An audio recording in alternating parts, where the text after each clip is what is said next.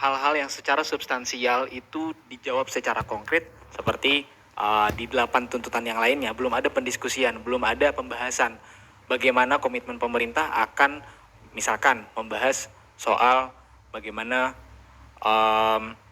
kebijakan soal pendidikan, kemudian kebijakan soal bagaimana mereformasi institusi DPR sebagai institusi itu, kemudian memastikan outsourcing dihapuskan. Nah, itu belum ada pembahasan bagaimana melihat visibilitasnya. Sejauh ini pejabat selalu merespons dengan ya antara bisa atau tidak bisa, visible atau tidak gitu. Jadi komunikasinya menurut kami juga masih buruk, dan itu yang menjadi wake up call lah bagi kita mahasiswa UI untuk hari ini hadir bersama mahasiswa-mahasiswa yang lain juga gitu, bahwa kami masyarakat tidak mudah terlena dengan upaya-upaya deeskalasi. Kami masyarakat tidak mudah tertipu dengan upaya-upaya deeskalasi itu, bahwa kita merasa masih tetap perlu dikawal gitu. Masih tetap perlu dikawal, masih tetap perlu dipastikan, masih tetap perlu diketahui apa yang sebenarnya menjadi interest pemerintah.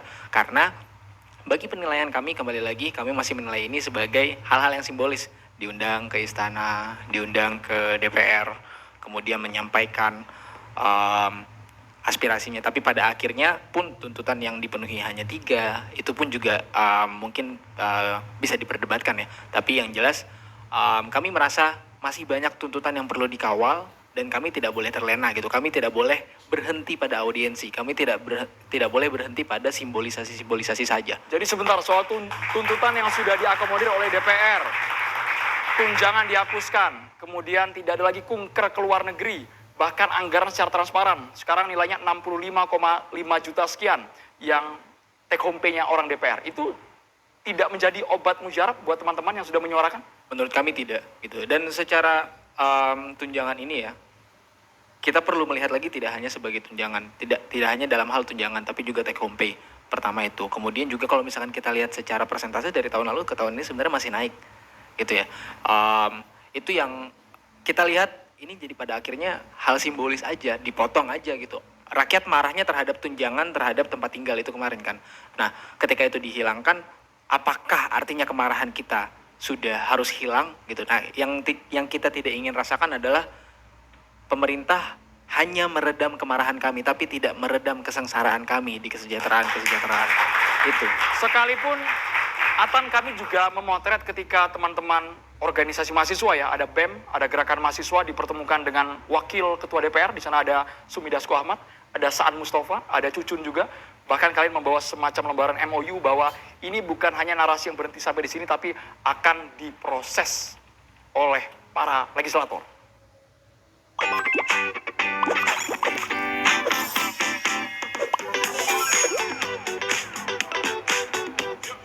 Para legislator. Itu kan sudah ruang yang betul-betul tidak ada sekat rasanya. Ya, oleh karena itu kami mencoba mengawal di sini. Kami mencoba memastikan bahwa akan diproses. Ya, kami juga memproses dengan aksi gitu. Kami juga memproses, mencoba meminta penjaminan proses itu dengan melakukan aksi demonstrasi, dengan melakukan pengawalan, dengan turun ke jalan, bahwa ini tidak hanya noise, tidak hanya riuh suara yang mungkin membisingkan telinga pejabat aja, tapi kita juga ingin membisingkan jalanan, membisingkan eksistensi kita, lebih meluaskan lagi awareness atau pemahaman ke masyarakat bahwa kita tidak selesai pada hal-hal yang sifatnya simbolis dan seremonial. Tapi itu terwakili ya, Tan ya.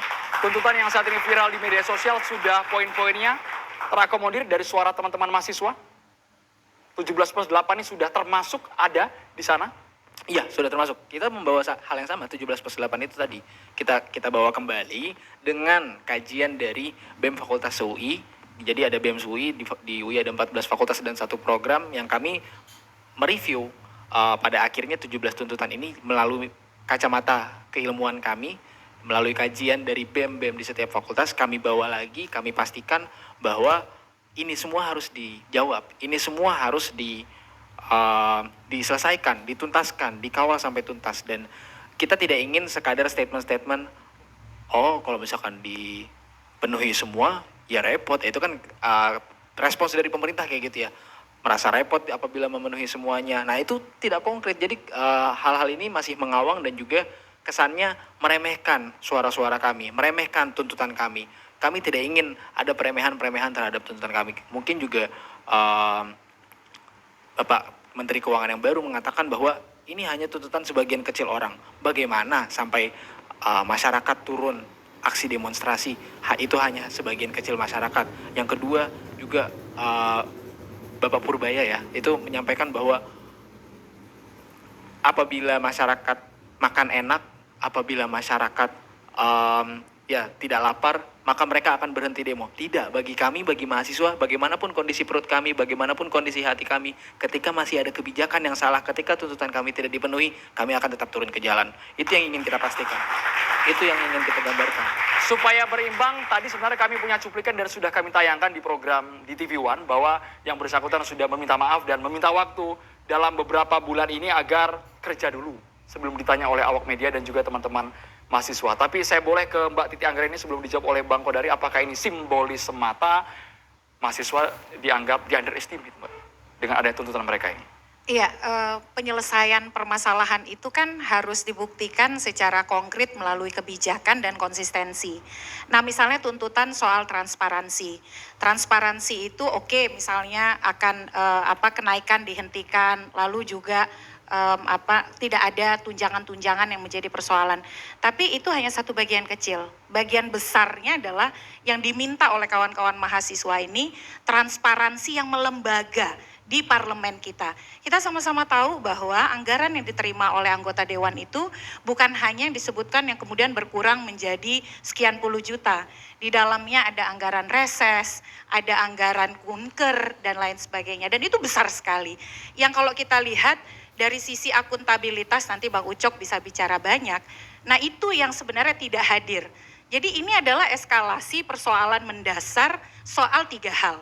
1, soal keterbukaan. Yang kedua, transparansi. Dan yang ketiga, akuntabilitas. Akuntabilitas ini kan bicara soal anggaran-anggaran yang masuk kepada mereka itu selama ini digunakan untuk apa. Itu yang sekarang ini belum muncul. Jadi yang diminta itu adalah ruang-ruang yang samar selama ini dibawa ke tempat yang terang.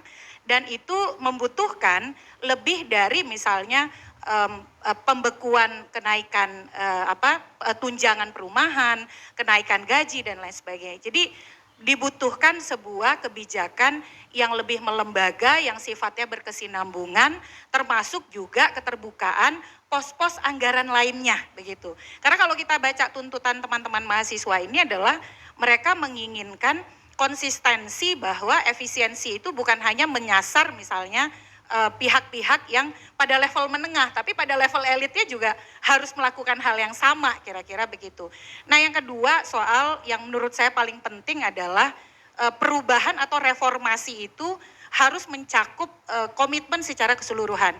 Wajar saja ada kecurigaan di awal, karena misalnya tone-nya itu soal nonaktif terhadap para anggota dewan yang dianggap menjadi bagian dari kontroversi dan problematika. Kok bisa sama ya istilahnya nonaktif semua begitu. Yang menjadi pertanyaannya adalah nonaktif itu apa sih? Karena tidak dikenal kan di dalam Undang-Undang MD3 kita dan lain sebagainya. Dalam situasi hari ini yang dibutuhkan oleh kawan-kawan mahasiswa dan kita semua, istilah-istilah yang terang benderang, istilah-istilah yang jelas. Lalu juga kebijakan-kebijakan yang menyeluruh.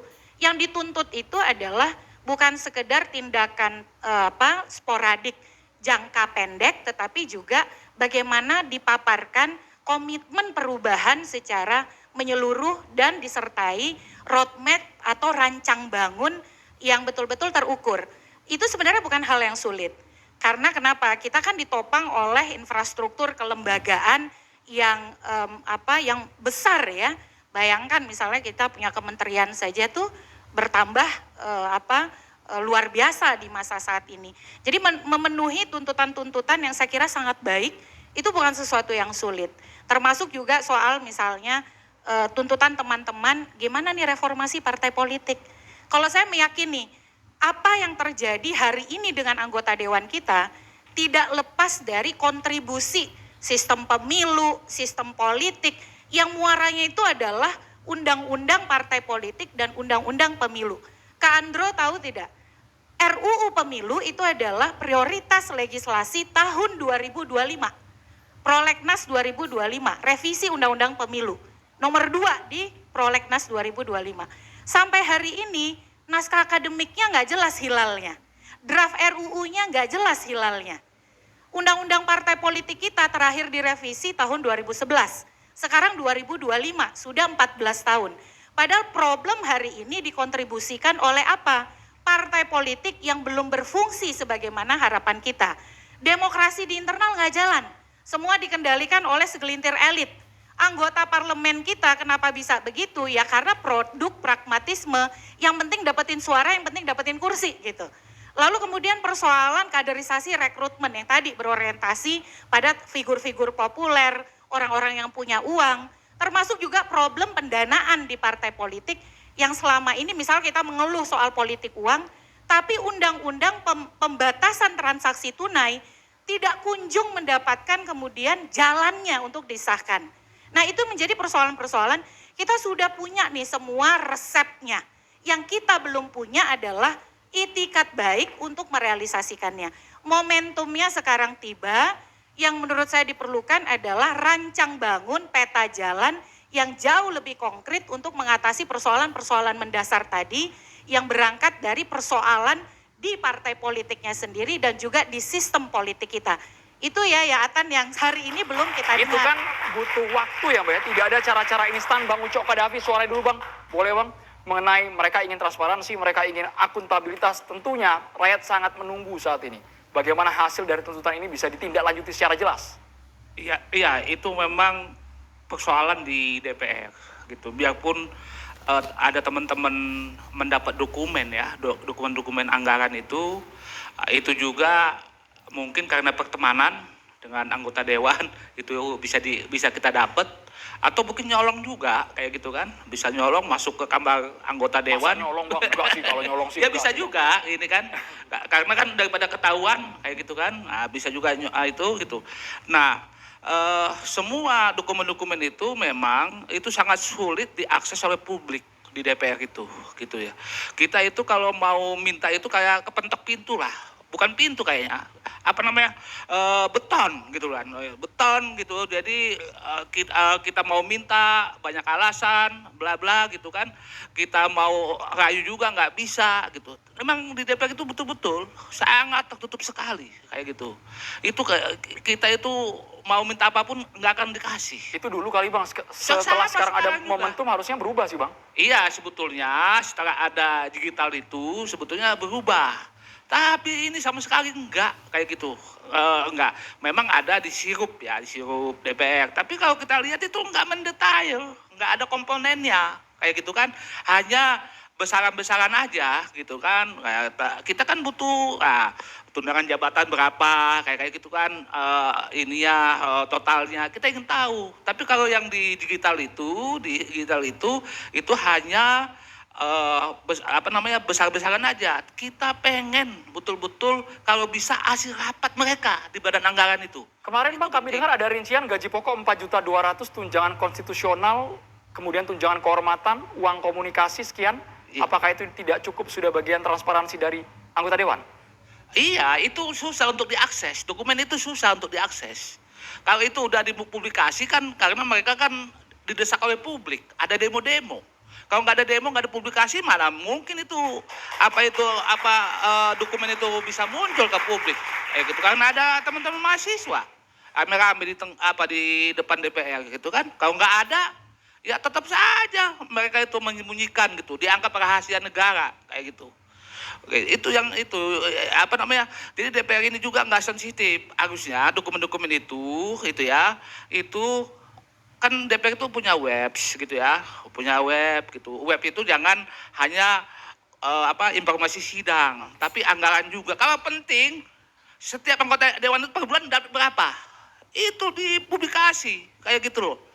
Lu dapat berapa, ketua umum DPR dapat berapa, itu dipublikasi dong. Kayak gitu. Itu ada sebagai akuntabilitas dan pertanggungjawaban anggota dewan kepada konstituennya. Ini kita nggak tahu Puan itu dapat berapa gitu kan, anggotanya berapa, ketua fraksi berapa kayak gitu. Kita nggak tahu sama sekali, pasti nggak ada yang tahu kayak gitu. Apakah memang dapatnya 65 juta atau 240 juta kayak gitu, kita kan nggak tahu kayak gitu. Itu yang dipublikasi penting sekali buat publik gitu kan, biar dari situ ketahuan ya kinerjanya anggota dewan itu. Ini kita mau kinerja dari duit kan nggak bisa. Oke. Buta kita.